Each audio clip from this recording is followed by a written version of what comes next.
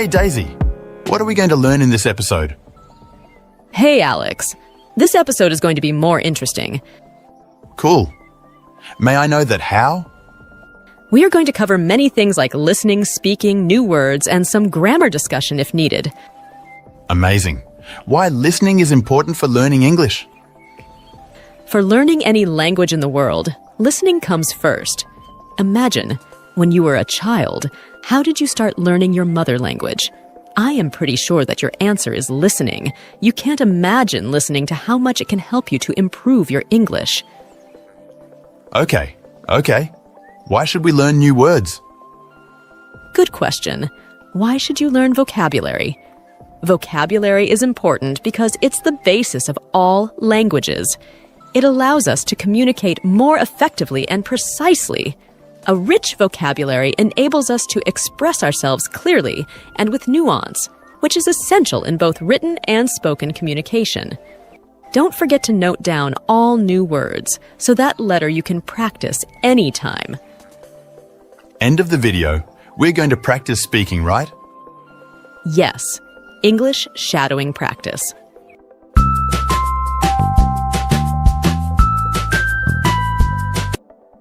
Hello friends. If you find the video 1% helpful, please give a like to this video. We promise you that you will learn something new from this episode that could help to enhance your English.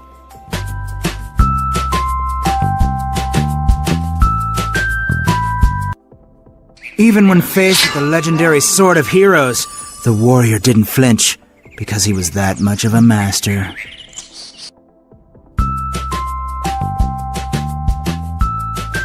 Hey Daisy, we got a new word. Flinch. Flinch. Flinch means to quickly move back or away because you are scared or in pain. Synonym: back, away.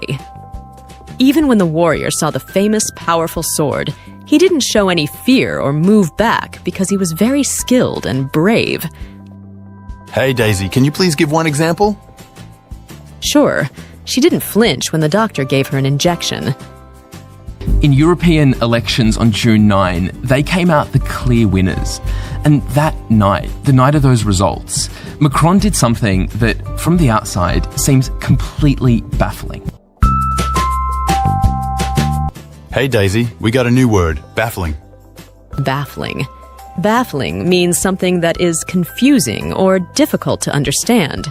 In this sentence, it suggests that Macron did something on that particular night that appears very confusing or hard to comprehend when viewed from an outsider's perspective. Example: the sudden change in weather was baffling to everyone. He believed that if he frankly scared voters into thinking about the seriousness of the far right running France, they would simply change their mind in a mere 3 weeks, which many people said was folly, but that's what he believed. Hey Daisy, we got some new words. Frankly. Frankly. Frankly means to honestly or openly speak or act without hiding anything. So, example, it means he believed that by openly and honestly making voters scared about the seriousness of the far right running France, they would think about it seriously. Example, frankly, I don't think we can afford to buy a new car right now. Last Sunday, in the first round of those elections, the results of that bet started coming in. They were a disaster for Macron and for millions of French Muslims, people of colour, anyone at risk of being seen as not French enough, one step closer to a frightening new era. Hey Daisy, we got some new words. Disaster. Disaster. Disaster is something very bad that happens suddenly and causes a lot of damage or harm. For example, a big storm that destroys houses is a disaster. But in the sentence, what did they mean? They were a disaster for Macron and for millions of French Muslims. In this context, disaster means a very bad result or outcome. It doesn't mean an actual storm or natural event, but rather a situation where things went very badly for Macron and the groups mentioned. Okay, can you please tell me an example? Sure. Missing my flight was a disaster because I couldn't attend the important meeting. We have another new word. Frightening. Frightening. Frightening means something that makes you feel scared or afraid. So, in the sentence, one step closer to a frightening new era, it means getting closer to a new time that makes people feel scared. Era. What does it mean? In the sentence, era means a period of time in history. So, a frightening new era means a new period of time that is scary. Hello, my friends. Now we're going to learn some English phrases that native speakers use all the time. Hanging out. What does it mean? It means spending time relaxing or socializing with friends or others. We're hanging out at the park this afternoon. Get around. Get around is a phrasal verb that means to move from place to place. Example: in this city, it's impossible to get around without a car. She uses a bike to get around the city. Or it's easy to get around town using public transportation. Correct. Move to the next. Get away. Get away is a phrasal verb that means to escape or to go somewhere for a break or vacation. Example: the thief managed to get away before the police arrived. Or, we're planning to get away to the beach this weekend. Or, I need to get away from work for a few days to relax. Get by. Get by is a phrasal verb that means to manage or survive, especially with difficulty. Example: even though he doesn't earn much, he manages to get by. Or, she's finding it hard to get by on her small pension. When Shakira lost her job, the family got by with only their savings. Or during the tough times, they had to get by with very little food.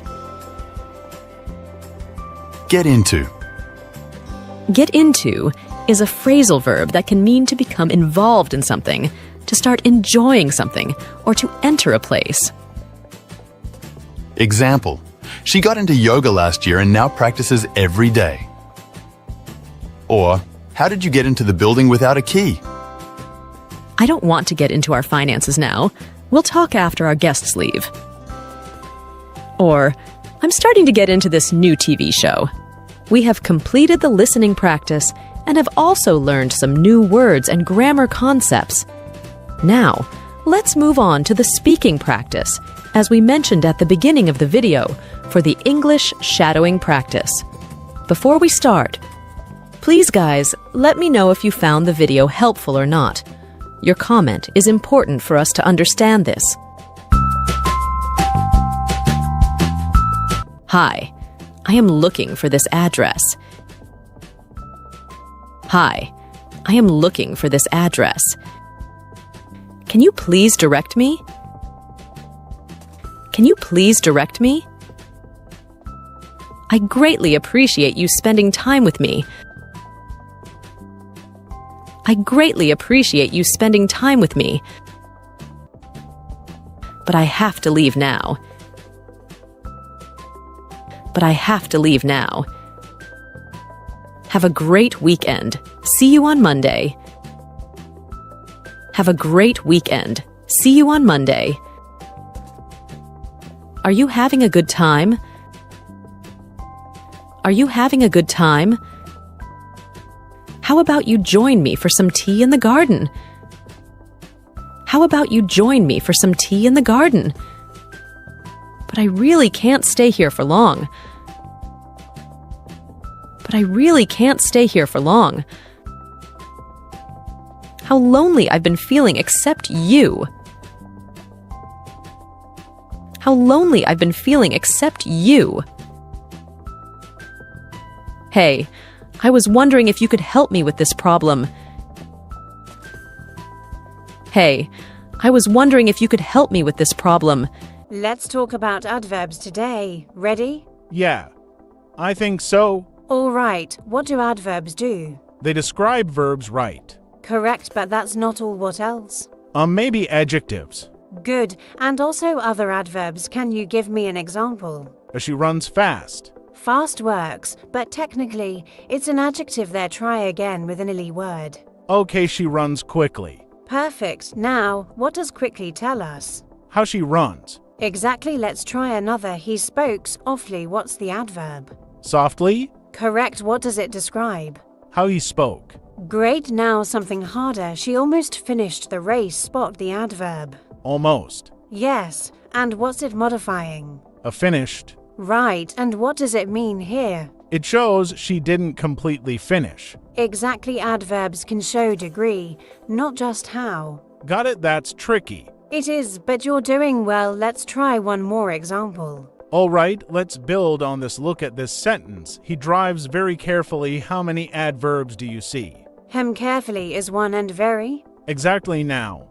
What's very modifying? Carefully. Correct, so very is an adverb modifying another adverb. Does that make sense? Yeah, but it's a bit confusing. That's okay, let's break it down. Carefully tells us how he drives. What does very add? It makes it stronger, like he's super careful. Exactly now, let's try this one. She almost always arrives on time. How many adverbs here? Almost and always. Yes, and what's almost modifying? Always, I think. Right again, so?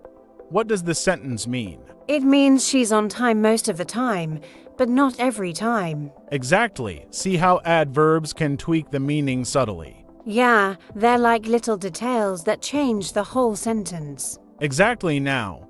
Here's a tricky one. He hardly works during the weekend. What's the adverb? Hardly. Good, and what does it mean? It means he doesn't work much on weekends. Exactly, hardly makes the meaning almost negative, even though it's not a negative word. That's so weird. English is tricky. It is, but you're getting it. Let's try one more. She sings so beautifully that everyone stops to listen. What's the adverb here? Beautifully is one, and so. Perfect. Now, what does so add to the sentence? It makes beautifully stronger, like really beautiful. Exactly, you're catching on fast. Thanks, this is actually kind of fun. Good to hear. The more you practice, the easier it gets. Does this work for your video script? Let me know if you'd like any changes. I see, so even small effort counts as long as I don't quit.